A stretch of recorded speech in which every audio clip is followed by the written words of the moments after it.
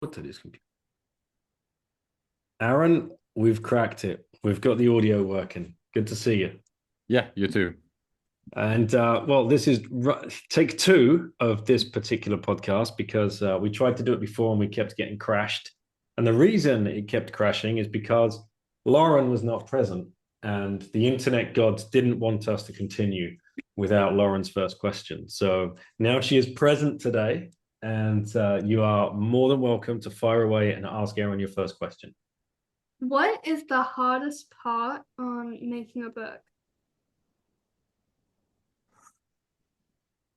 The hardest part, finishing it, I would say. Uh, yeah, writing a book was more work than I expected when I started, for sure. Like I was very optimistic when I started. I thought I could, kind of write it up in maybe a year. But then when you get going, you kind of discover new problems or you discover new things you want to explore. You figure, no, that also needs to be part of it, and just the idea, the project kind of becomes bigger and bigger and bigger, and yeah, actually finishing it at some point, that was that was the hardest part, I would say.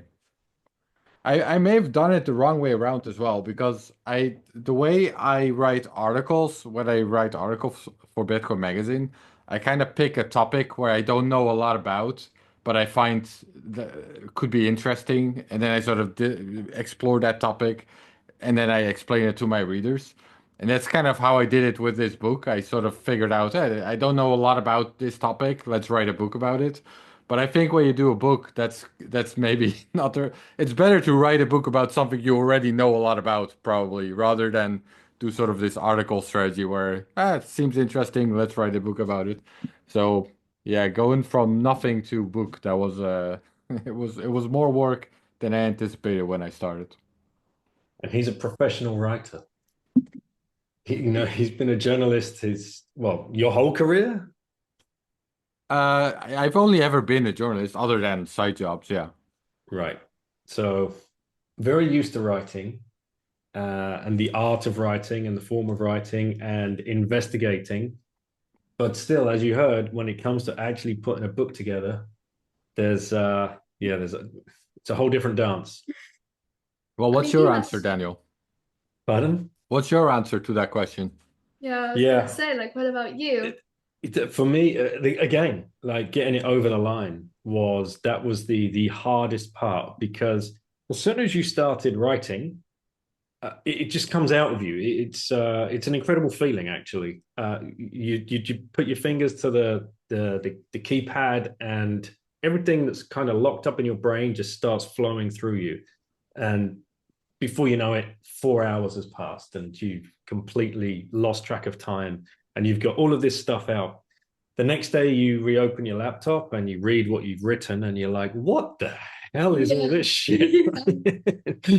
And you have to kind of rewrite that and then rethink that. And then when you finally got everything out that you think you need to get out, and like Aaron said, you get tripped up on certain topics because you maybe you've misremembered something and you've got to go back and do a little bit more research into that. And you finally get it to a point where you think, right, this is ready.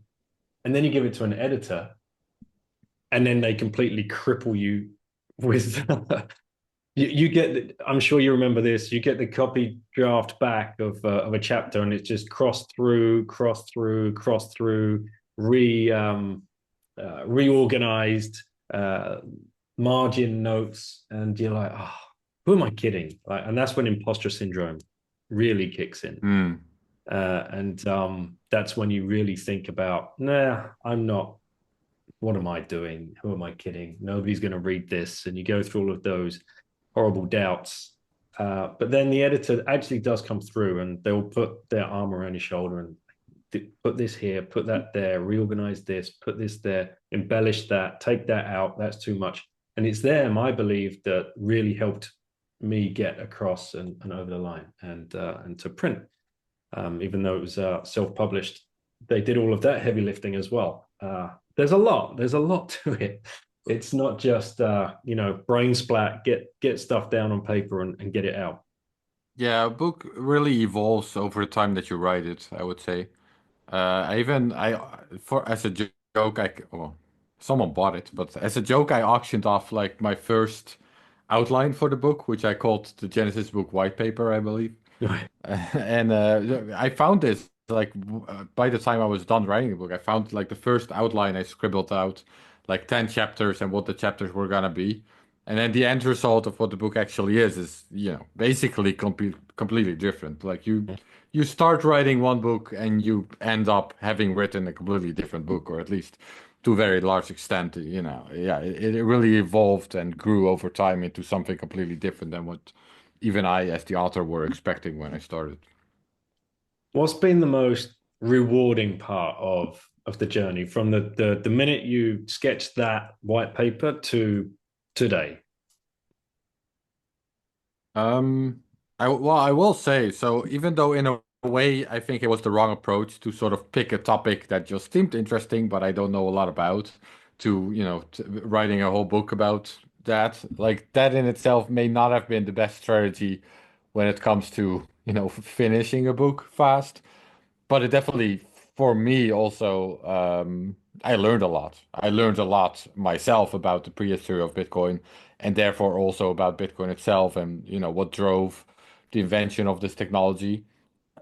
Even while I was already writing about Bitcoin for several years at that point, when I started writing the book, like in retrospect, there was still so much I didn't know, and I think it was a big learning experience for me as well. That hopefully, if you read the book, you kind of get a little bit of that as well. But that was the same experience for me, basically. Right. Okay. Well, Lauren, thank you for your first question. Thank you for your time. All right. Well, Thank thank you. you. Bye bye. Bye. And I'll just build on that because yes, I have read it and reread it because it does take you on that journey, and it's so important. And any Bitcoiner listening to this podcast, if you've not picked up the Genesis book, you have to. Hopefully, you'll be able to get one at a conference in person and get it signed, like I did from Aaron. We ran into each other at the Human Rights Foundation, Oslo Freedom Forum, and it does take you on that journey. It takes you back, and this it challenges the notion out there that Bitcoin was this immaculate conception, idea, the messianic idea of then there was light just one Mhm. day, because Right. this is the more practical kind of evolution theory, if you like, way to get to Bitcoin. And taking us back, how far do you take us back? Where do you start it? What decade? It kind of depends on how you look at it. I think the earliest sort of work that's kind of explored is where Austrian economics is kind of invented. So that brings us back to 1860, I believe, around that time. But really, the book starts with Hayek's journey. Mm-hmm. So the book has sort of two storylines. One of them is more economics, and the other is more technical. And then throughout the book, they sort of grow together. And the economics part is told from the perspective of Hayek, so the Austrian economist Friedrich Hayek. And that his story kind of starts in the 20s, 30s. So that's in a way kind of the starting point of the book, I would say. Yeah, and his influence throughout the other, like the bunch of people I found the most interesting, the extropians. Yeah, that's kind of a fun chapter and a very pivotal chapter in the book as well, I would say. Yeah, I knew a little bit about their thoughts, and especially obviously I knew about the cryogenic belief and practice. And for those that aren't aware, Hal Finney had himself or his head cryogenically frozen. Yeah, I think it's his head. I I'm think not so too. completely sure. I've heard different, but I think it's his head actually. Yeah. And well, explain to us what you found out, because I can back to your answer to Lauren's question. I was putting myself in your shoes, and I'm even when I was reading that chapter about the extropians, I'm thinking, how the hell did he find himself down this rabbit hole? Because and what was he thinking? Like, all of this kind of random weird stuff that they were talking about. So, can you just talk us through how you tripped out that particular part of history and what resources you were using to dig in and what you learned about it and found the most fascinating? Sure, yeah. 1 second though, I'm gonna open a window here real quick. Sure.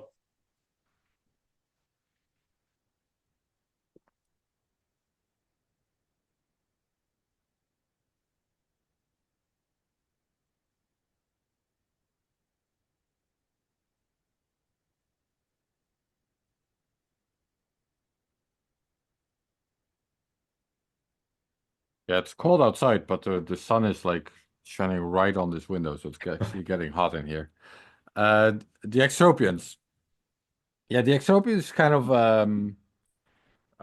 so I was just explaining how the book kind of has these two storylines, technical and economic, and in a way the extropians is where these two really come together. And then from there's a jumping off point to sort of the cypherpunks. A lot of Bitcoiners will have heard of the cypherpunks, but in a way, the extropians were like the predecessors to the cypherpunks, and there's also a lot of overlap between these communities. So a lot of the cypherpunks were first extropians. So that includes, Tim May, Halvini, um, Wide-Eye, Nick Szabo, like they were all part of this extropian community first. And the extropians, they were futurists, sort of very utopian futurists. They believed that technology could completely transform humanity in all kinds of ways, and a big part of that is how medical advancements could essentially cure aging and all diseases and realize eternal life. And from there, they speculate about how humanity would, explore the universe, colonize other planets, upgrade their own bodies with like bionic eyes or robot arms or whatever. Like technology would completely transform humanity. So it's this transhumanist vision. And the extropians, the way they wanted to achieve this, first of all, they took it very seriously. So it was not just a sci-fi idea, that you would hear about in Star Trek or something. No, they actually thought this was like a plausible thing that humanity could achieve even within their own lifespans. So they were expecting to potentially live forever. And I'm talking in past tense here, but in a way, this extropian idea is still alive. Although this sort of core community, I think, has kind of fallen apart into different directions. But you still hear about these ideas today. Um, Now, what was characteristic for the extropians was not just that they had these this utopian ideas about technology in the future, but also how they believed it could be realized. And how they believed it could be realized was essentially a very libertarian approach. So they believed the best way to approach this is to get government out of our lives altogether. Just remove the government, let the free market do its thing, and from there, these technologies will develop. So and then the way they wanted to achieve this, Halvini introduced this idea of electronic cash within the extropians. So originally, he introduced this idea of electronic cash in the sense of, this is good for privacy, and therefore it's good. It's a good sort of shield against the government. If the government can see, how much everyone is spending, how much everyone owns, that's sort of a government encroachment that extropians wanted to get rid of. So from that perspective, Halvini introduced the idea of electronic cash. But then other extropians, including the founder Max More, he kind of saw that and he learned about this idea and he figured, wait a minute, if we can get the government out of our lives in that way, we can actually also completely reinvent money. We can make a form of money for the free market that operates completely independent of government. So this was inspired by Hayek, which I already mentioned is a big part of the book. So Hayek's ideas inspired Max More of the extropians, and then when Max More heard about these electronic cash ideas, he kind of merged these two ideas, electronic cash for privacy and the denationalization of money. And he started to promote that idea to other extropians, who in turn, of course, became the cypherpunks and sort of really carried that idea forward. And this was all kind of like the 70s and 80s, right? The extropians, like you explained, they have magazines and things. Yeah, the extropians were mostly late 80s and then into the 90s. Yeah, so they had this Extropy magazine. Indeed, they had the Extropy Institute. They had meetings where they would, um, dress up in like futuristic outfits, like astronauts or robots or whatever it was. And it was kind of this very fun, playful community of people in California that were, yeah, sort of in their own way, all pretty serious, like scientists and computer scientists, cryptographers, some rocket scientists. Like they were very serious people, but they were on this very playful idea, trying to forward this libertarian form of future utopianism. Yeah, and you're right. We still do have that today. Some of the stuff is rather worrying, though. Like the transhuman people, and I mean Musk, obvious example. Let's put chips in people's heads and colonize Mars. So the idea is still alive today, and we have the whole longevity crowd, and where there's a lot of charlatans, I think, swimming in those waters, trying to sell snake oil to people so that they can live forever. Mm. Um, so Why do you find it worrying? Because I've heard that before in Bitcoin circles. So I'm curious to hear your thoughts of what worries you about it. Like let's take the chips in brain example, which indeed yeah, is a very extropian idea. that to me, merging, like putting a chip in somebody's brain, just to me that doesn't enhance the human experience. That would, for me, that would just take it away. I mean, you're hard forking humanity at that point, I Well, believe. in a way, you could say we're already doing that like the fact that we all carry around phones Yes. that gives us all the access, access to all the information, available to humanity, basically in our hand. It's like an upgrade, a technological upgrade, to humans in a way, right? The only difference is if you're gonna implement it in your brain or not, or if you're gonna hold it in your hand. Yeah. So the idea of implementing it in your brain, at least to you, sounds scary. That's the To takeaway me, here then, right? absolutely. And to the idea that somebody could have the backdoor switch to that chip in your brain, or could could amp it up or amp it down or do whatever they wanted to it remotely. You don't have the choice to. If I can go out and I have the choice to leave my phone on my desk and walk out of Hmm. the house, right? If I've got something implanted under my skull bone like this, you're on the hook for the rest of your life. So that for me, I let's put it this way, I wouldn't be signing up. And you could look at what's been going on, with Sam Altman with his WorldCoin as well. Like scanning people's eyeballs. Hmm. That to me was like hugely worrying, because I think you're just pushing everybody towards this digital ID agenda, which is clearly on the table. That they've been really pushing that since COVID, get everybody digital identification and medical records and whatever else, and let's scan your eyeballs. Now, if you've just got a chip in your brain, like that's next level. Like that is dystopia to me, not utopia. So I I don't mean, think I would I would be. say it's a very legitimate concern. But I kind of see it as the same as something like Bitcoin versus CBDCs, though. Like, in a way, it's a very scary idea to have all money be electronic, because that means it can all be traced and, recorded and analyzed and potentially censored and used against you. And in fact, that was one of the original concerns when the cypherpunks start to think about the future of money. Like, money is gonna go that way anyways. It's gonna go digital. So let's make sure we have a digital form of cash, right? So I think that same sort of logic can probably be applied to these things as well, I would say.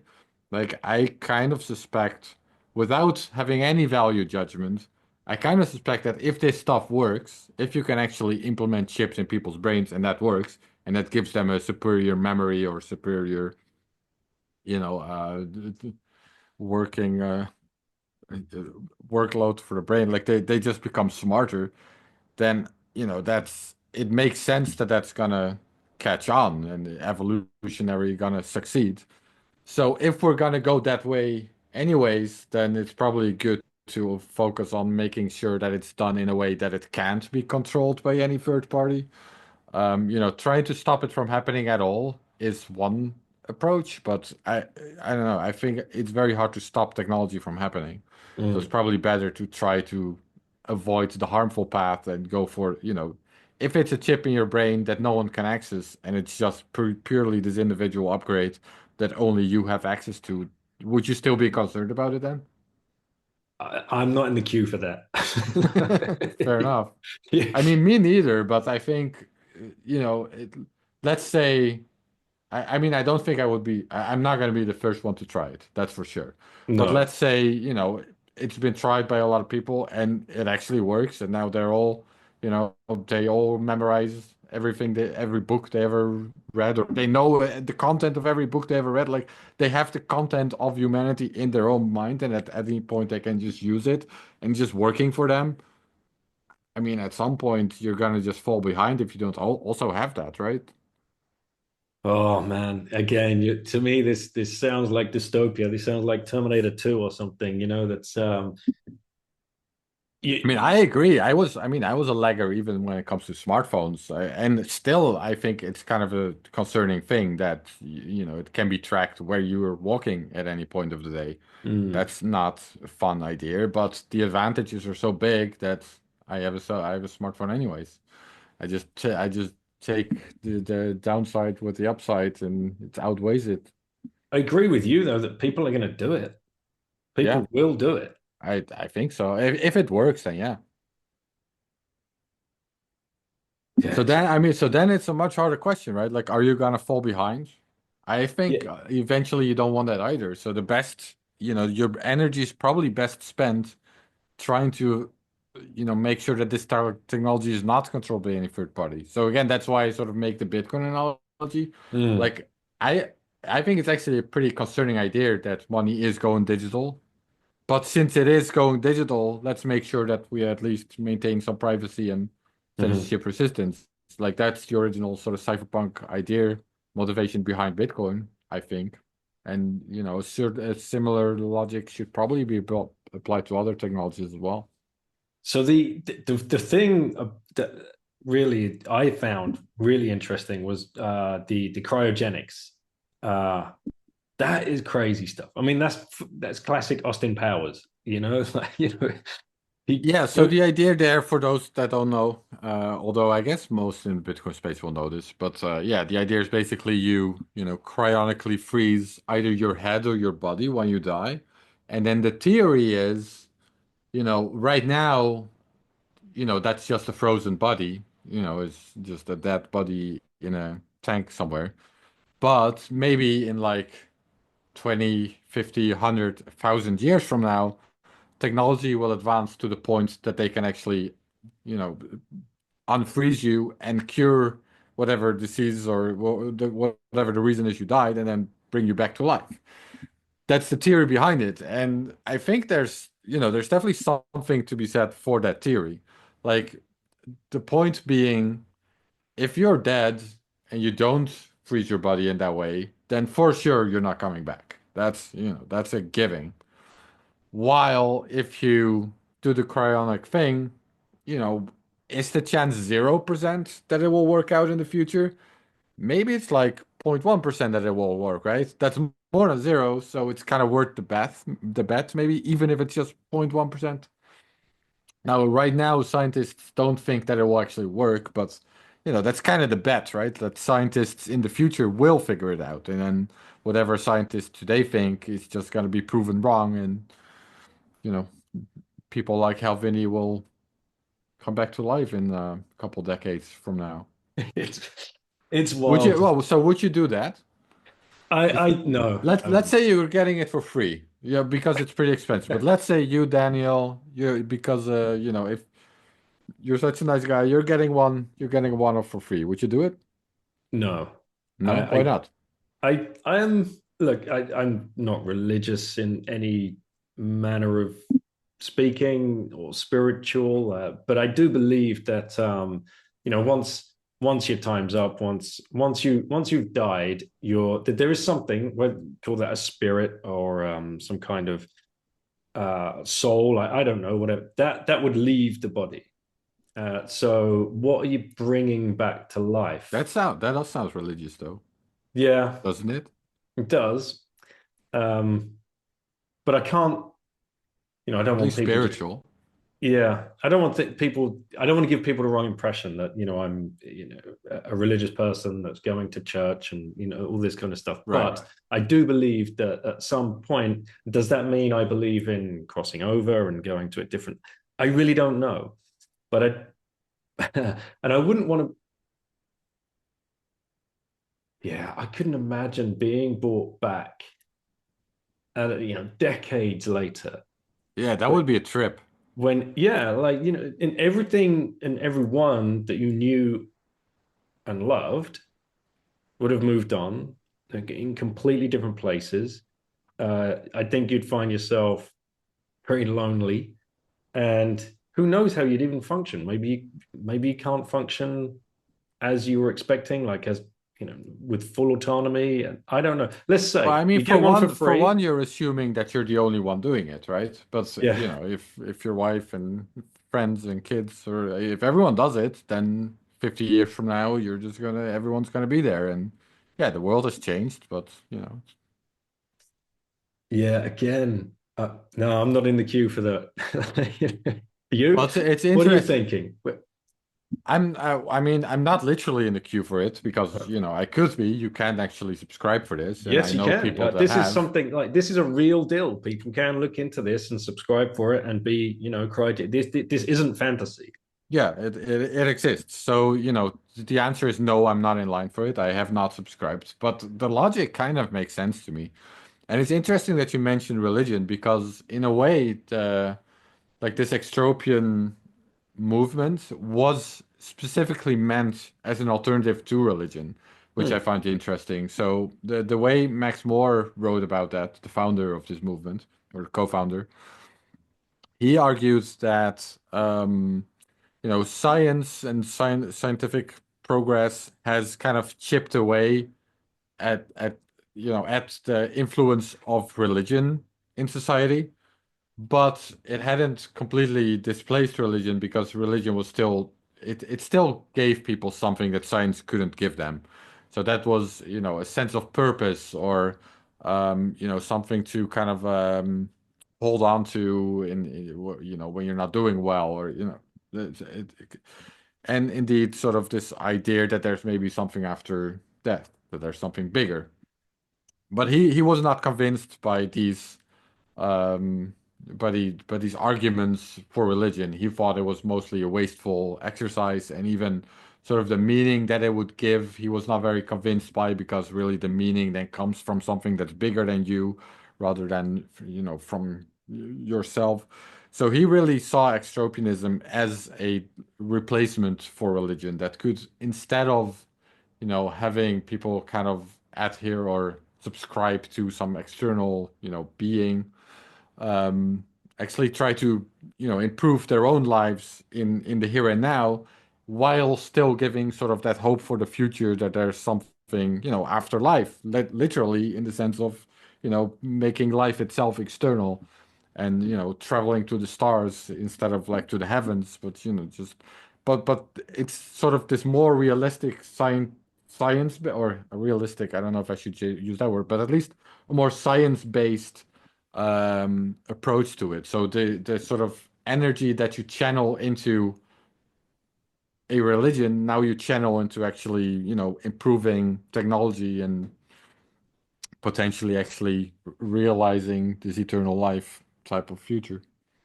Yeah, it's wild, man. And again, like a fun chapter because it gets you thinking, philosophically about everything. And then so these guys, the what do you call them? The high techians? No, high tech Hayekians. Uh, Yeah, lean, go on. leaning on Hayek's principles of spontaneous order and whatever else, and then putting their kind of um, utopian visions on top. Well, the high-tech Hayekians in particular were a couple of the extropians, and they were applying Hayek's ideas of free market economies to computer science. So they really started to merge, um, yeah, the ideas of emergent order and subjective preferences to how computers would actually distribute resources over a network when they're, trying to solve a common task or something like that. Or for example, like when they had this idea that when you're not using your computer because whatever, you're out for a picnic, then someone else on the internet could use your processing power and, pay you a little bit of e-cash for that, for example, just a little bit of internet money, and that's how this resources over the internet could be sort of maximally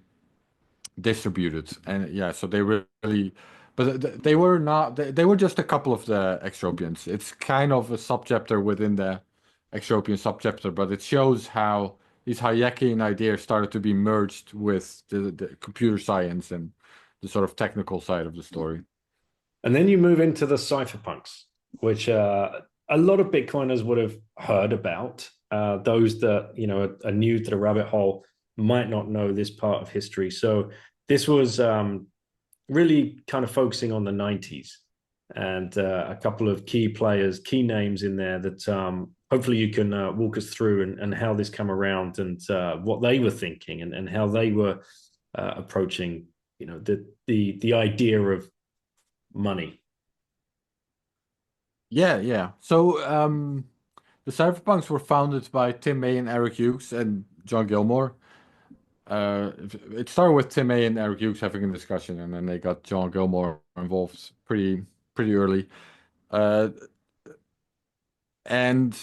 yeah, so this is in the early 90s, and personal computers had started to sort of spread throughout the US and the world, and also the internet was just kind of starting to pop up, at least in sort of the more innovative techies were starting to experiment with the internet and explore what's possible online, and they some of these guys, which included indeed Tim May and Eric Hughes and John Gilmore, they were, on the one hand, they saw the potential of the internet. They saw how big this could become. Even in these early days already, they foresaw that this could be a huge revolution. But they were also very concerned by that because they figured, and we touched on this a little bit, right? They figured that if the internet doesn't implement good privacy technologies, then actually it could evolve into this giant global panopticon where everything anyone does online can be monitored, tracked, censored. Your whole life would be, up for grabs by any authoritarian regime, for example. It would sort of usher in this Orwellian nightmare of a world. So they saw the revolutionary potential of the internet, but they were also very concerned by it. So they wanted to prevent this Orwellian future. And the way they wanted to prevent that is by developing privacy technologies, specifically using cryptography. So cryptography itself, the field of cryptography, had gone through, uh, basically a revolution itself in the 70s with the invention of public key cryptography. Before that, if you wanted to communicate privately with anyone on a distance, you had to first share a key in person because the same key that encrypted data was also used to decrypt data. So it's just the same key. So you'd have to first meet, if army generals, for example, they would first meet in person, exchange the key, and then after that they could communicate privately. Now, in the 70s, this was revolutionized with the invention of public key cryptography. And that's the type of technology that the cypherpunks wanted to use to accomplish their goals of developing privacy tools for the internet. So they developed PGP is a good example. So indeed, that uses public key cryptography to communicate privately. But they also developed remailers. So remailers are kind of the precursor to Tor, where you can send an email, and then it kind of hops around through remailers. This obfuscates the metadata of an email, so you don't necessarily know who's emailing who. And they also wanted to create a form of digital cash. So they wanted to create a form of money for the internet where people can pay each other without anyone knowing who's paying who. Not even the person that's being paid necessarily needs to know who's paying them, right? So it's like this privacy that physical cash offers. It's just a transaction from person A to person B. No one needs to know that the transaction even happened, or at least not who's involved in that transaction. Um, so they set out to develop that. Early on, this was mostly they were mostly sort of hoping for eCash to become a success. There was a startup in Amsterdam called Digicash that was developing this, started by David Chaum. And at first, the cypherpunks wanted to use that, but that turned out to be pretty complicated because there were patents, and David Chaum was kind of not the easiest to work with, and so they started to kind of figure out ways around that. And then over the years, the cypherpunks developed a couple, or proposed or developed a couple of other digital cash proposals as well. And ultimately, this all kind of culminates into Bitcoin, or at least Bitcoin uses several of the techniques that these different digital cash projects all kind of included. So Satoshi really kind of picked from these different digital cash projects what worked and brought it together in a working digital cash scheme. Exactly. The way I've tried to explain it to the kids is like, you've got that puzzle on the coffee table, and the pieces are everywhere, but over a couple of days or a week or whatever, it's a 1,000-piece puzzle. Somebody walks in, clicks in a piece, clicks in a piece, clicks in a piece, and then you're down to that last one piece, and it's not on the coffee table. And you spend the next week looking under the rug, under the cushions, under the sofa, until somebody just for whatever reason, oh, it was there the whole time. Like, they just bend down, pick it up, and click it in, and that's the puzzle is complete. And that's the way I kind of like to explain it to them about how Satoshi just like he didn't just sit down, invent Bitcoin, and like, yay, here we go, it's done. Right. That's a pretty good analogy. Yes. Yeah. There's still this kind of myth, right, where people will sort of think of Satoshi as, there was nothing, and then at one good day, Satoshi descended from the heavens and he brought us Bitcoin. But yeah, I think in the Genesis book, I really kind of outlined that that's not really what happened. There were all these different digital cash systems before Bitcoin. They all brought something to the table, but all of them kind of didn't work for their own reason, or there was, they weren't fully thought out, or the economic incentives didn't quite align, or there were some unsolved problems, but they all brought something to the table. And yeah, Satoshi kind of picked all these different pieces of the puzzle and brought it together in a way that worked. And what's interesting as well is digicash was close to like takeoff, right? I mean, you just mentioned there, Chaum, apparently, according in your book, you go into certain employees, excuse me, found him very difficult to work with, and he was turning down mega deals from mega companies. And and that got me thinking as well, like, wow, what if he had taken those deals from like huge, tech companies? How would they have run with the technology? What would they have turned like digicash into? Where would we be in this whole? I mean, it would look different, right? The playing field would be completely different. We wouldn't have had Bitcoin today. I don't think that we have if some of those deals had fallen into place. What are your thoughts on that? Yeah, I mean, that's kind of getting into alternative history, right? Like what would have happened if something else had happened at some point in the past. But yeah, I mean, some of the companies that were interested, or at least allegedly, this is one of the more controversial parts of the book because Chaum and some of his former employees have a very different version of the story, or there was clearly some kind of, falling out, or they have different reasons to think why the company failed, which kind of makes Did you sense. get to speak directly to any of the people that were involved at that time? Yes, several. Yeah, I mean they were based in the Netherlands, like me. Yeah, that's right. So Yeah. so actually, I some of them I met with in person, and yes, Wow. So you do have information from certain horses' mouths. Let's put it that way. yes, yes, I do. So yeah, it's a good example of there's different versions of. I mean, I don't know how much you want to get into the details, but at least Chaum and one of the former employees is kind of on one. There's kind of two arguments. Mm, One argument is um, Chaum was a bad businessman. All the hmm. potential was there, but David Chaum just kind of kept messing up the deals, and that's why it didn't work out. And then there's another part of the story that's um, the market just wasn't there for it. There was just no actual market for it. So it's not because David Chaum did anything wrong, and and you can make the argument. I mean, as he does, that there were some good deals made. Like he made a deal with Hmm. Deutsche Bank, which is a major bank. Huge. Yeah, so it's not like nothing came from digicash. There were some good deals made, but it just didn't work out. Didn't come from. It didn't go anywhere. I'm trying to. But yes, the other side of the story, it has been said that, for example, Microsoft, Bill Gates wanted to include a eCash client in every version of Windows.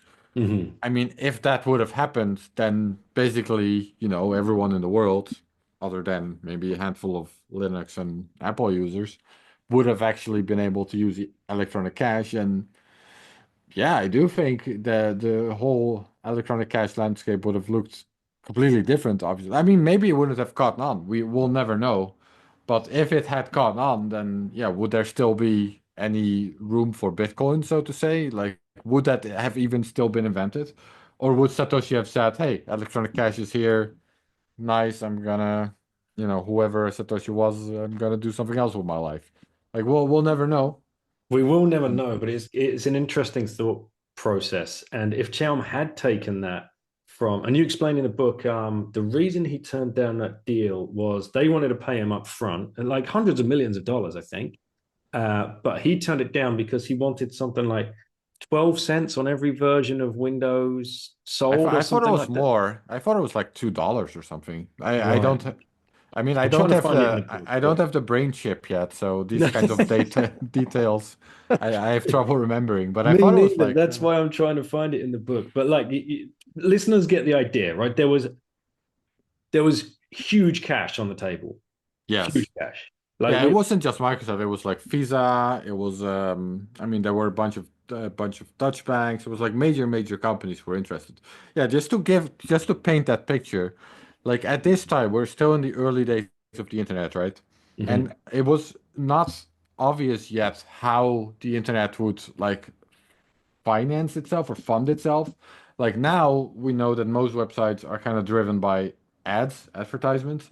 But back then there was this real possibility, or at least potential or promise, or was being speculated that the internet, you would just pay for everything you do on the internet. So Mhm. every time you visit a website, you pay like a cent. Or every time you listen to a song, you pay like $1. Or every time you like whatever you do on the internet, you're paying for. Every time you're jumping on a Zoom call, you pay 10 cents per minute. So that the whole internet would be driven by a form of digital cash that was being speculated. So you can imagine that kind of the only digital cash startup in the world at that point, at least the only one that was promising privacy, it was considered by many early internet, you know, innovators that this could be a major company in the future. It could be like, I mean, this was before Google was even invented, but it could be like the next Yahoo, which was the big company back then. It could be like a major company in the future. So again, I think also you need to understand that perspective to kind of understand why everyone in retrospect who worked there is kind of so unhappy that it didn't work out because yeah, they could have been the next Mark Zuckerberg or at least in their mind they were kind of on the path to that and then it all fell apart. Yeah. And that's why you get such different opinions on each side of that story, right? I'm sure a lot of people are what could it have meant to them personally if some of those deals had landed? Yes, exactly. Yeah, so the deals didn't land, and at some point, what we do know for sure is that there. I mean, I don't. Yeah, this is not controversial. At some point, the employees kind of rose up and they said, "Hey, enough is enough. It's time to actually start doing some business here." And at that point, David Chaum sort of stepped down, and there came another CEO. But to David Chaum's point, his point is it wasn't the problem. He of course says it was not because he was a bad businessman or anything like that. And to his point, like even with the new CEO, it just didn't go anywhere. I think the idea that there was no market for it is probably possible, and the reason I also think that is, by the way, it might both be true, right? That's kind of my running thesis. I think David Chan was probably not the best possible businessman, but I also think there was probably no market for it. So, he was kind of given an impossible task anyways. Um, and the reason for that is that it seems that there is, in general, no market for privacy technology. People just don't care about privacy enough for there to be a big market for it. That was true then, and it's still true today. People don't really care about privacy. And one of those, and correct me if I'm wrong, but I believe one of those slightly disgruntled employees was Nick Szabo that wanted to ended He up was forking he off and doing his own thing and starting well, he did work for digicash for a while. I don't think he was necessarily one of the people that was like disgruntled in that way. I'm not sure. He was, however, he did learn through his experience at digicash why it's such a problem to have a centrally controlled money system. Because he realized, they were running sort of this trial cash, eCash scheme at digicash. And he figured, wait a minute, this is just run from the server here. That means that we can just change the rules of the game. We can just shut it down. We can just create money. We can do whatever we want. And that for him really gave him the insight to start to think about trustless systems and, decentralized and trustless alternatives to centralized and trusted third parties are security holes, as he wrote in his yeah, paper. the classic. And But yeah, that came from his experience at digicash.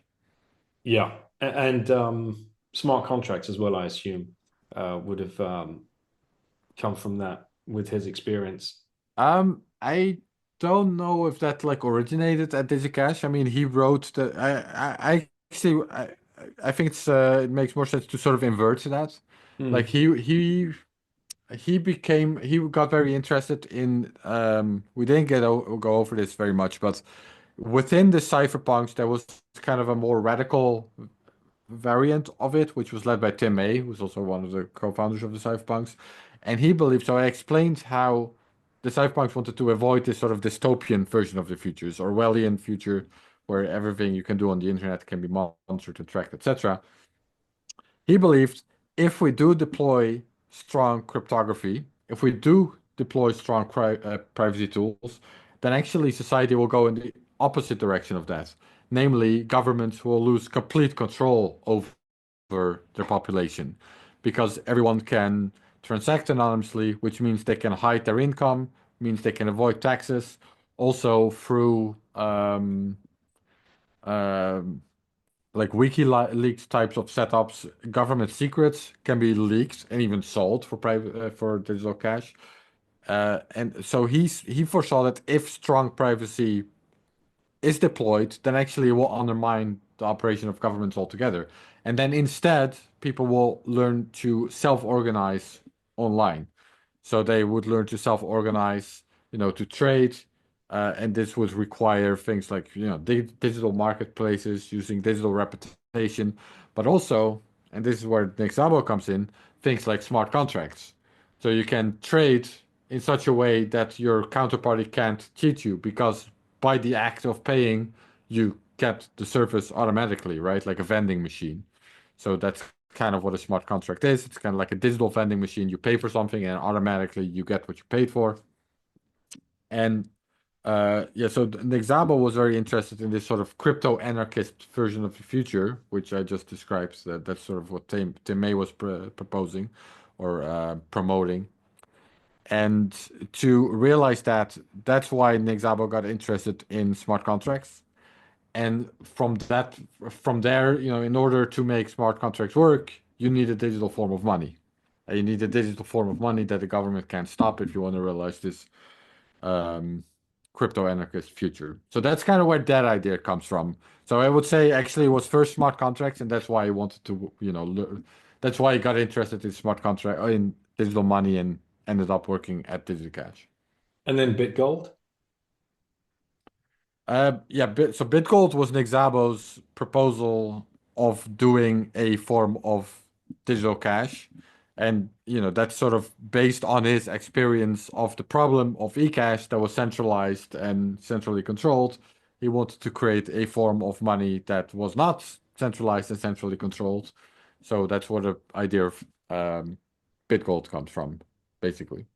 And right around here as well in the 90s, we would be remiss to not bring up Adam. And I mean, he is named in the white paper after all, and his solution with hashcash. So for those people, and I'm sure many of the hardcore listeners are already up to speed on this, but for those that are joining and are new to this, can you explain why that was such a key, back to the analogy of the puzzle on the coffee table, finding that piece was kind of a key piece, a bridge piece. Yes. Yeah. So originally, what's the original problem that Adam Back tried to solve, and I should note he was very interested in creating digital cash as well. Like that was kind of his main interest on the cypherpunk mailing list. But what he specifically tried to solve with hashcash was the spam problem. So, as the internet was new and as people started to use email, spam became a thing, right? Bulk advertisements that was just clogging up everyone's mailboxes, including the cypherpunks mailing list. Um, so the cypherpunks wanted to solve that, but I wanted to solve that in a way that didn't require government interference, right? You can just ban spam.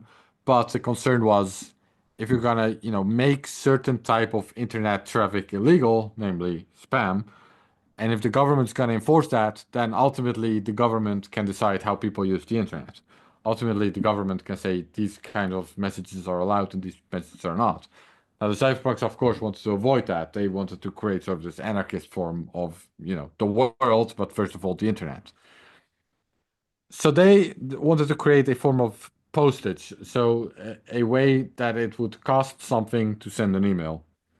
And what Annabeth came up with was hashcash. So what hashcash was in order to send an email, you would have to first make some computations on that email. You would have to first hash the email, and then only certain hashes were valid. So your computer would have to do work, right? Your computer would have to actually do computations until you find the good answer. Now, for most people that are just sending a couple of emails per day, that's fine. Maybe your computer is, spending a second doing the calculations and then you send the email.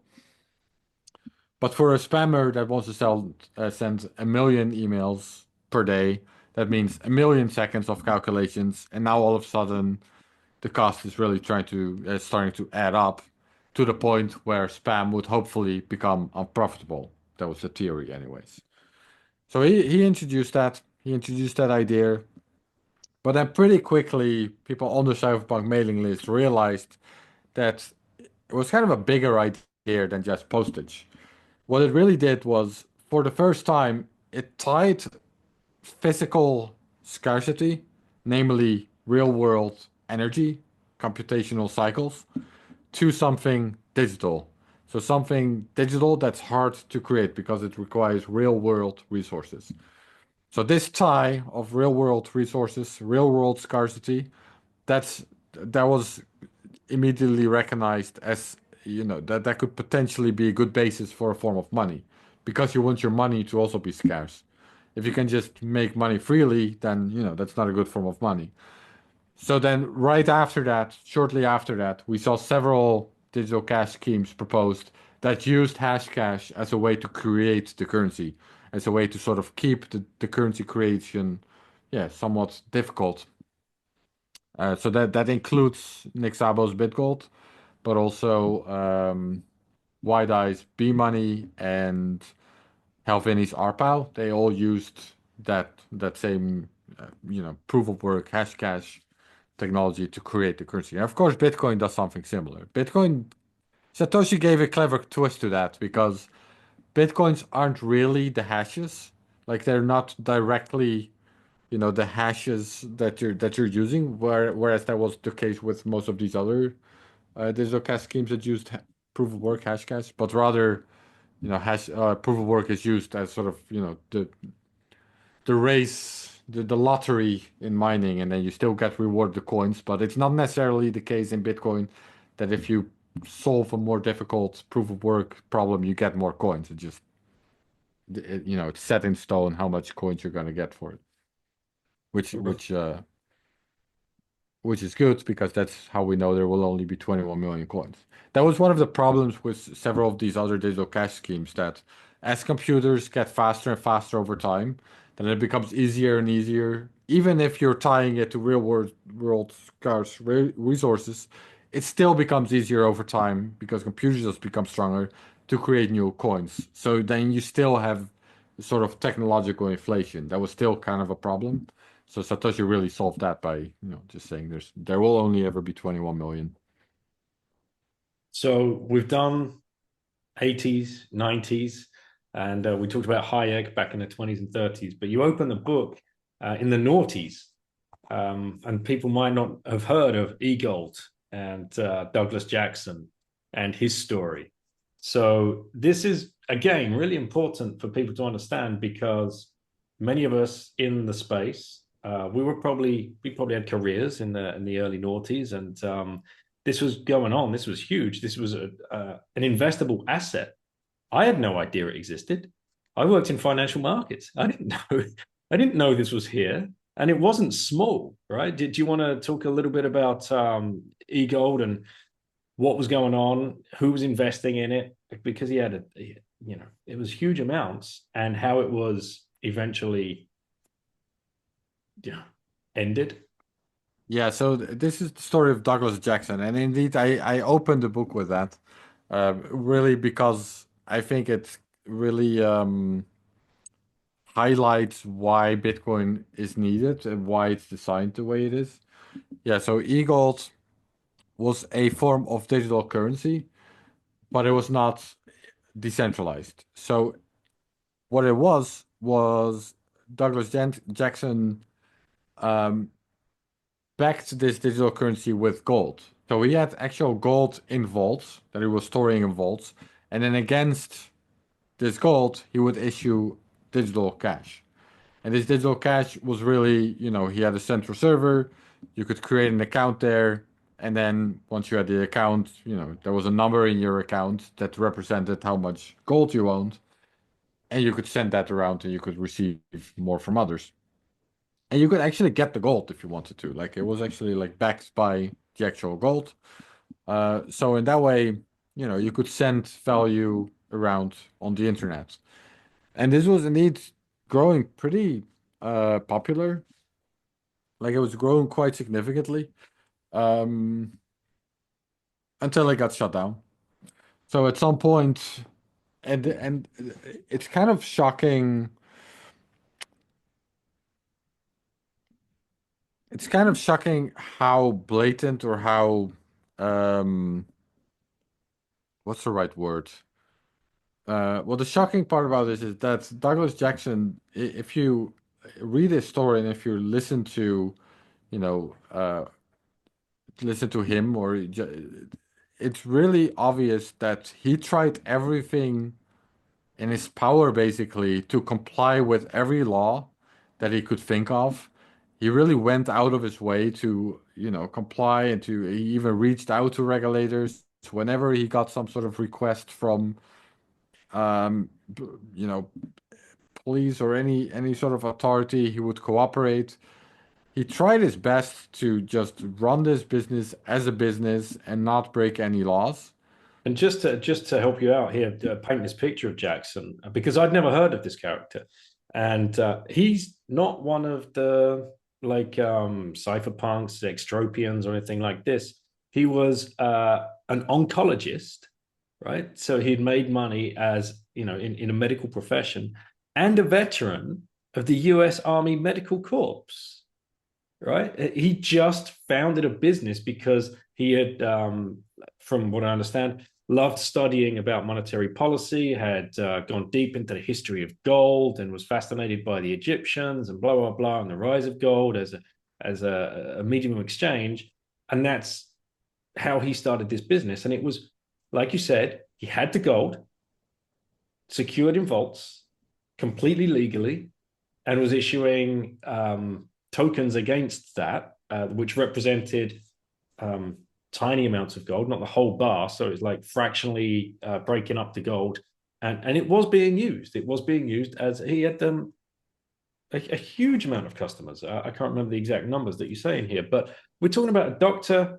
U.S. Army vet, raided, shut down, and had the book thrown at him, even though he had been following the rules. And I think this is the closest we can get to like a 6102 attack example, but a real on a micro scale. Yeah, or if if you wonder why Satoshi Nakamoto decided to remain Right. pseudonymous, I think this is a very good example to look at. Indeed, Douglas Jackson, he was concerned about the fiat currency system. He wanted to give people a hard money alternative. He did everything he could to stay within the law, and still his house got raided. His company was effectively bankrupted and shut down. You know, millions in lawyer costs, whatnot, and he ended up, and that was considered it was considered that he got away easy with just what was it, like 3 years of home arrest, of which one with an ankle brace. Yeah, that's right. Jackson was sentenced to 36 months of supervised release, i.e., home arrest, of which 6 were enforced through an ankle bracelet. So wearing an ankle bracelet for 6 months, being tracked everywhere he went. He Yeah, also and had to that's perform 300 hours of community service. His company was fined $600,000, and yeah, and 2 of his co-founders sentenced to 36 months probation, some fines, and yeah, it's yeah, and really this is after a plea deal, so I think the yeah. maximum penalty could have gotten was like 20 years prison or something like that. And again, this is just a guy, indeed an oncologist, who was just concerned about the fiat currency system, who just wanted to create an alternative for people to use, tried his best to avoid any sort of nefarious use of his system in any reasonable way that he could, and still this is what happens to him.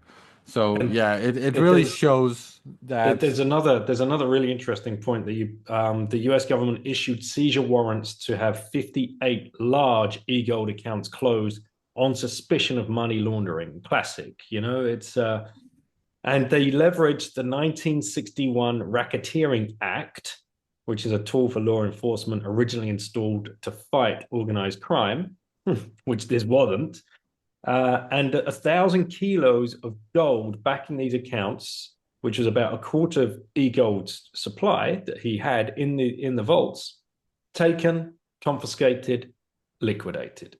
Right. Yeah, I, so again, this is why I start the story with this book. Sorry, this is why I start the book with this story, because I think it really highlights why something like Bitcoin is necessary. By the way, I don't think Douglas Jackson himself agrees with that. I don't think he's a Bitcoiner. But at least for me, this shows why it's important that Satoshi remained anonymous, or at least why it's very understandable that he did, and why Bitcoin needed to be a decentralized system that can't easily be shut down and they got him on, believe it or not, plebs. He was sentenced for running a money transmitter. without a license. Yes. but I mean, again, I explained this in the book, but it's he it when he started the business, he definitely didn't need a license like that. And then when the Patriot Act happened, and then he reached out to figure out if he did or did not need a license, because really these licenses are indeed for money transmitters. While he was transmitting gold, and under the law, it was not money or not clear. But again, he like tried to get clarity, but Mm. instead of just getting this clarity, he got raided. Raided, shut down, threat of violence hung over his head.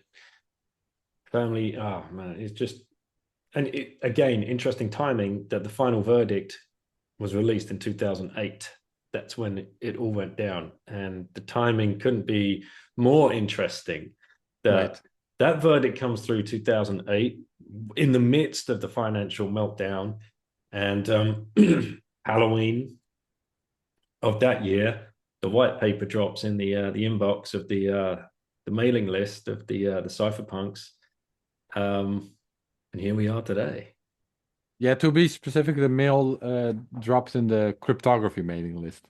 So that was Excuse sort me. of Yeah. yeah, that was sort of the de facto successor of the cypherpunks mailing Mm-hmm. list. Like one of the problems with the cypherpunks mailing list was that it was, they had this sort of anarchist idea for the future, right? And part of that was that they did not want to moderate their mailing list at all. But that did mean that it sort of completely devolved into chaos at some point, and became sort of an unreadable thing. So then the cryptography mailing list was started that actually was more heavily moderated, but that allowed for a better, more fruitful discussion actually. But a lot of the same people were on both lists. So I can't help thinking how long Satoshi had been bouncing around that list. He had to have been, to have put all of these parts of the puzzle together. Yeah, I mean, I'm not really into speculating who is behind Satoshi Nakamoto, but HBO have solved that for oh us, yeah, they did. Yeah, I man. don't have to do that anymore. That's right. But yeah, for me it's pretty obvious that he was one of the cypherpunks. Like he was on these lists, and he was, he first of all he knew to find this list before anything else, and second, just the technologies that he used, and I would be shocked if he wasn't one of the cypherpunks. Like it seems pretty obvious to me that he was. But we'll never know. But yeah, I'm pretty sure he was hanging around on these lists also throughout the 90s and early 2000s. All right, so we've done the book justice here, mate, and the history of it. And people honestly go out and get it. Ask for it for Christmas. You can put it on your Christmas list. The wife can pick one up for you, no problem at all. But we haven't done your rabbit hole story, so we're kind of doing this back to front. I usually start with that. So I Okay. hope people are on the hook enough to learn a little bit more about you and where you fit into this whole story. So, what were you doing when Bitcoin first presented itself to you? Where did you find yourself at, and what point in your life were you at? I was just getting out of university. So I studied journalism, and then I went on to study. I did a master's in history. It's the short version of it. And I was getting to the end of that study when I stumbled on Bitcoin, which was friends of mine were using it on the Silk Road. And I was starting out as a journalist. I was, kind of freelancing, and I'd just done an internship, and I was in general just looking for interesting stories to cover. I didn't have any kind of particular focus yet as a journalist. I was just kind of doing a bit of everything. So I was just looking for interesting stories out there. And then when my friends were, buying stuff from the Silk Road, that sounded interesting to me. So I wanted to know more. And as I, you know, start to look into what that was and how it worked, I found Bitcoin, and then I started to look into Bitcoin. And I thought that was even more interesting than Silk Road. Silk Road's interesting, but here's this group of people that think they can change the world by creating a new form of money. Um, So I wanted to do like a story on that, just, as a freelance journalist at first, trying to, sell it to some magazine maybe. Um, but then as I studied Bitcoin more, around the same time, Bitcoin started to reach new all-time highs. This was early 2013. So now actually it did start to pop up in the news and in other media. So it kind of felt like I missed my shot. Like, this was the thing I thought I knew before anyone else, or at least I hadn't seen this on any major publications yet. I wanted to be the guy that sort of tells the world about this, and now I'm reading Bitcoin stories everywhere. However, all of the stories I was reading were about Bitcoin being like a Ponzi scheme and this digital bubble that would blow up any moment, or only good for criminals and hackers, or it was all negative. So then I figured, okay, I see something else here. I see something that's actually very interesting and potentially revolutionary, especially, aren't we all supposed to be mad at like banks and the financial sector after what happened a couple years? So I was kind of surprised to read all these negative stories about Bitcoin. Then I decided to create a blog. So this was still in Dutch, and I created a blog that I called the Bankless blog.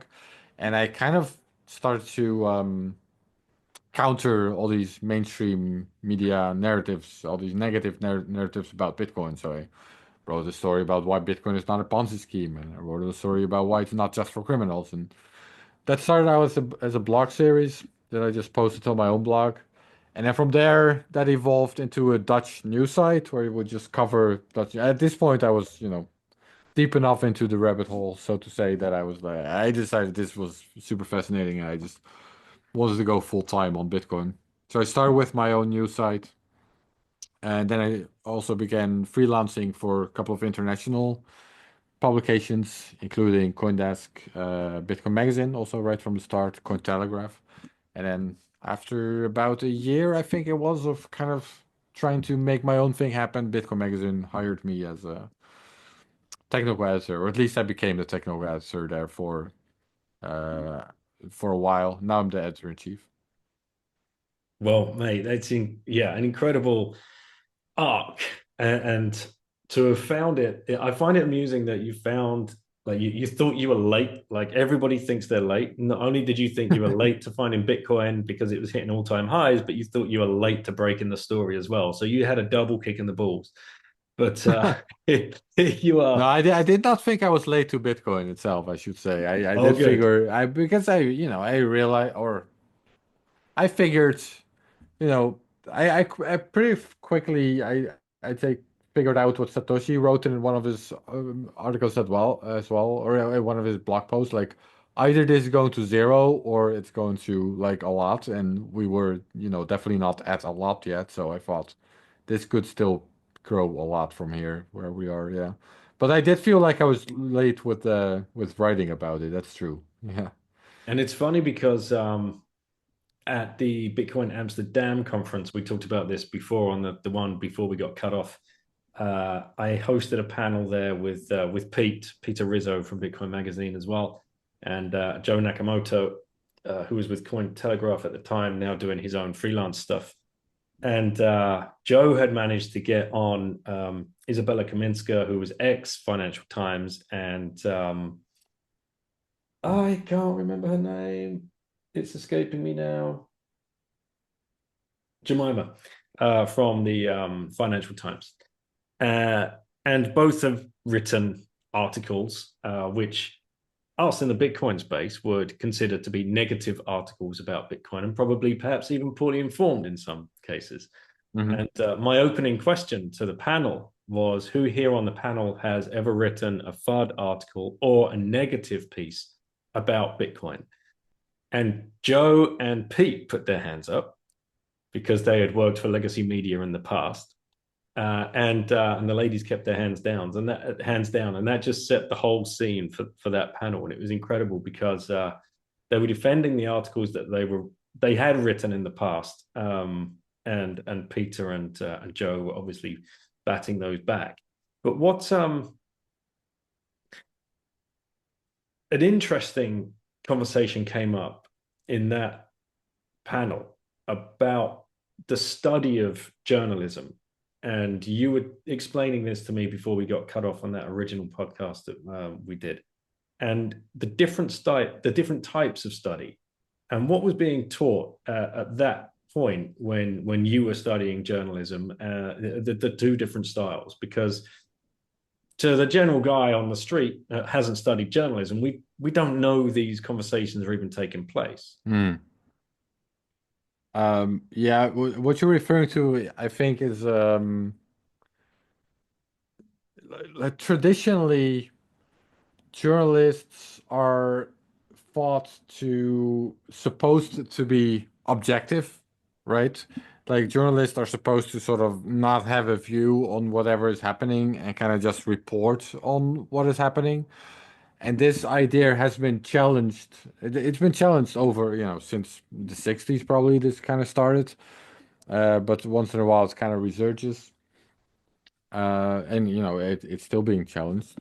And the critique on that model of like this objective, neutral journalist is that at the end of the day, journalists are people and they are subjective, beings in this world.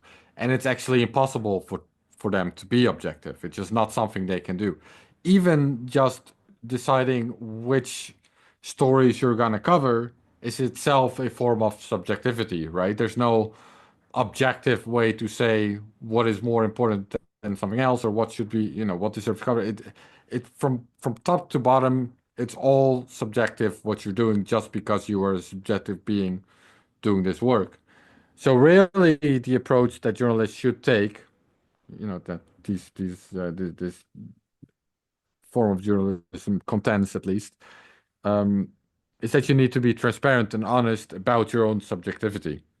So you still need to be, honest in your reporting as well, but rather than pretending to be objective, you just inform your audience on who you are and what you stand for and what you believe in, and then your audience can sort of read the article or, consume the content with that in mind. That's a more honest way to approach journalism, which I like a lot. I'm pretty much in that camp. Even at Bitcoin Magazine, now one of the things we're doing is we have sort of this take model where our authors can publish kind of short opinionated articles. And one of the things that does is it informs the reader of, okay, this is what this person stands for, this is what he believes in, this is why he's in Bitcoin, or and then, as a reader, you have a better idea of, whose perspective you're reading. So it's not like I'm advocating in that way for like blatant bias. I'm just saying, this school of thought is saying um, true objectivity is impossible. So at least be honest about that, and then still try to be honest in your reporting, of course, but don't pretend to be don't pretend something you cannot be. And when you look at like, let's just say, newspaper articles today, uh, compared to when you were at university. I mean, we're going back a handful of years. Obviously, the rise of social media and the rise of the internet has been prevalent throughout that time.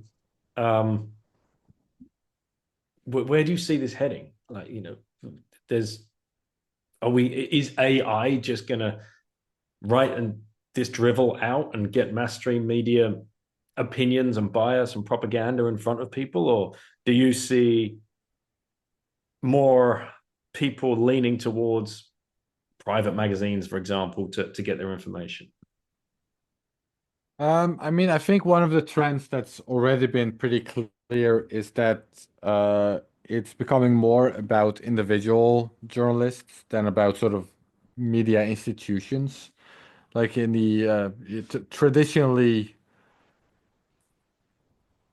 you wouldn't necessarily even know who you were reading, right? You were reading a specific newspaper. You know the name of the newspaper, but you have no idea who any of the people are that are working for this newspaper. That's kind of the, classic style. And I think now with social media and the internet in general, I think it's more and more becoming about specific journalists that you're following, specific people that you trust for whatever reason, and they might still use a platform, whether it's the Guardian or the Telegraph, or I'm trying to think of British newspapers for you, but I'm not.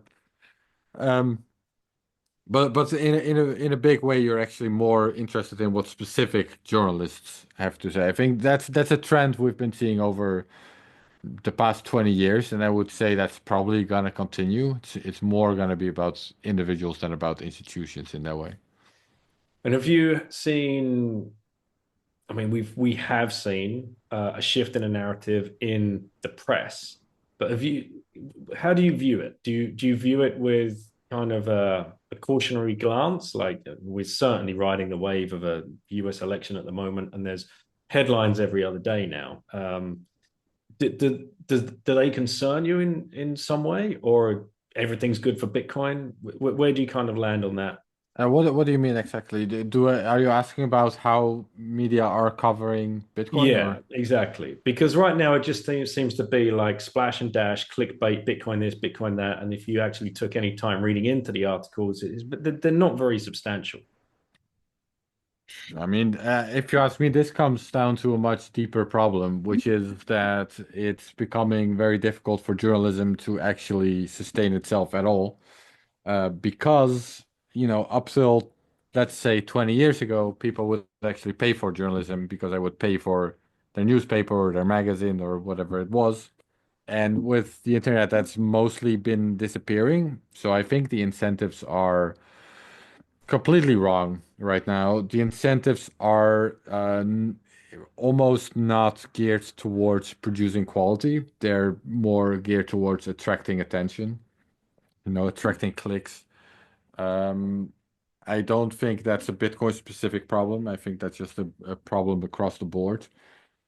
As for Bitcoin specifically, I would say that the coverage of Bitcoin has improved a lot over, at least since I got involved, which is, over 10 years ago now. Like I said, the first time Bitcoin kind of breached into mainstream media, it was really only negative. You know, and I gave a talk about it back then where I sort of analyzed why I thought that was, and I don't remember all my points anymore, but I think there's sort of inherent biases in journalism, which has a lot to do with, well, one of them is incentives, short attention time span. So journalists pay attention when the price of Bitcoin, halves in a day. It's news. Something happened today. The Bitcoin price halved. But there's no story when Bitcoin goes up 2% every day for a year. Like there's no day where that is news. So even though Bitcoin has sort of gone up threefold over a year, there's no single day where that is news. While on the single day that Bitcoin halves, that it crashes, now it's on the front page. So people sort of remember that, yeah, Bitcoin, that's that thing that crashes, right? And they don't remember, well, it's also the thing that went up 3x over a year because that's, doesn't fit in the same news cycle in the same way. I think there's kind of a reputational issue, which I, kind of dealt with myself as well. It's Bitcoin does look a bit like a Ponzi scheme, right? Like just the way it's kind of designed and the way it's not, but it's easy to see why people might think it's a Ponzi scheme. There are some Ponzi dynamics to Bitcoin. So if you as a journalist are gonna write anything positive about something that turns out to be a Ponzi scheme, well, your career is over, right? Like you're done. Well, if you write something negative about Bitcoin and then it turns out that you were wrong about that, well, everyone was wrong about that. So that doesn't mean your career is over, right? So it's kind of this distorted incentive model for journalists back then, I thought, to, take sort of the safe side and just be critical about this new thing rather than be positive and then be wrong and, lose your career, basically. So I think I had two or three more of these, but yeah, that there were. I think there were sort of these inherent things embedded in journalism that made journalists biased against Bitcoin. But I do think that has definitely changed a lot over these 10 years. Yes, there are still negative stories, of course, but I think in general, a lot of stories are more balanced and sometimes even kind of positive, and the narrative has shifted for the better, I would say. Yeah, for sure. And well, like everything's good for Bitcoin, right? So if it's in the newspaper, then at least the game theory is playing out that more people are going to see it and question it and might fall themselves into the rabbit hole. But Yeah, I wonder how much that is still. I kind of feel like we've hit the saturation point with that at this point, right? I think at this point, most people have heard about Bitcoin. Like, it's not mhm. really about hearing about Bitcoin anymore. It's now, I would say, still prices, of course, the biggest. Now we're reaching all-time highs. That will bring in new people. But also, say Bitcoin needs to start solving real problems for people, problems that people have or issues that they need Bitcoin for. That's also gonna have to start to happen for adoption to continue. Right, Aaron, final question. If you had one last orange pill left to give to somebody, who would you give it to and why?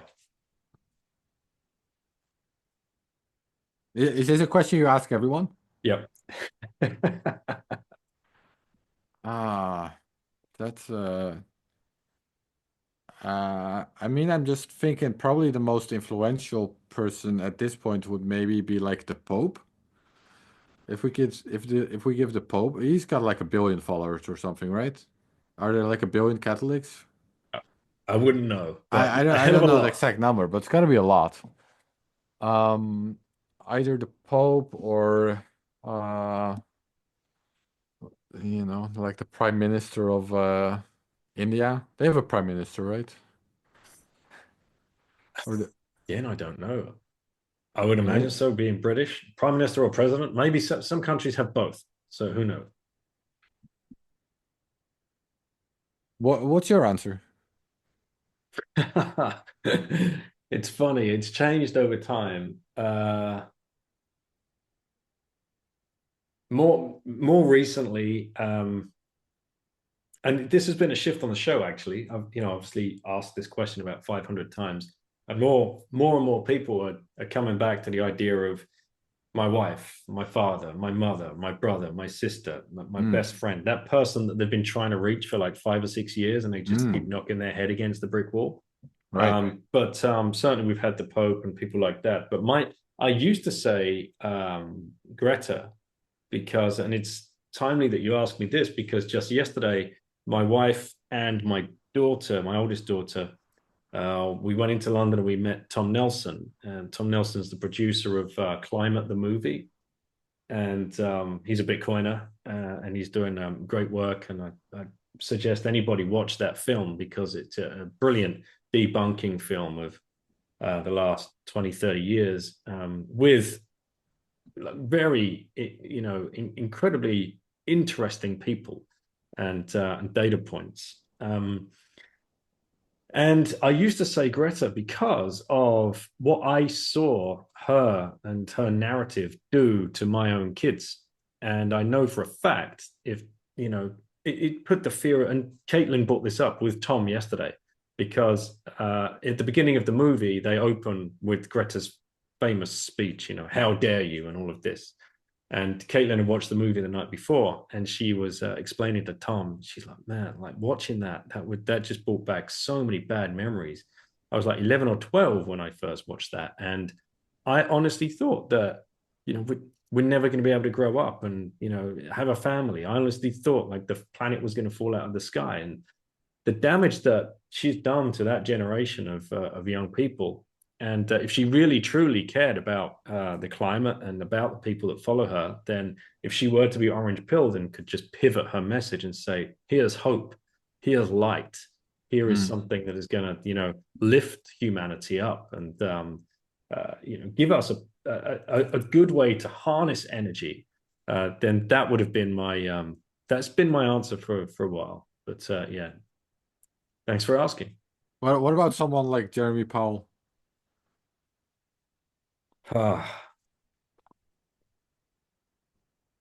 Read this book, The Secrets of the Federal Reserve, and you'll understand. No, Unorange pillable? unorange pillable completely. No, Yeah, but the premise of the question that it's possible, right? So Yeah, that's true. Well, what would happen if you were to orange pill someone like Jerome Powell? He would start advocating for Bitcoin and he would lose his job because read this book. Hmm. You will understand why. So yeah. Anyway, mate, how can people get their hands on the book and reach out to you if they want to get in touch? Uh, yeah, you can find me on, hang on, Noster Popkey and no, I'm not gonna read that. But find me on Noster. Well, you can find me on Twitter, which is at Aaron Van W, and then my Noster Popkey is in my bio. The book you can find the Genesis book on Bitcoin Magazine store or Amazon or potentially other bookstores where they have it. All right. Do you have it on You can Consensus also Network? go. Well, there's going to be a Dutch translation on Consensus Network, but Okay, that's cool. I don't know if that's the same question. Right. Well, no, I'm just as long as you're getting it on there at some stage because they do great work trying to get the Bitcoin authors published and distributed around the world in many different languages. So okay, well I'll put in a couple of links and the guys listening will be able to go and find you. Yeah, you can also just go to thegenesisbook.com. Easy. All right, cool.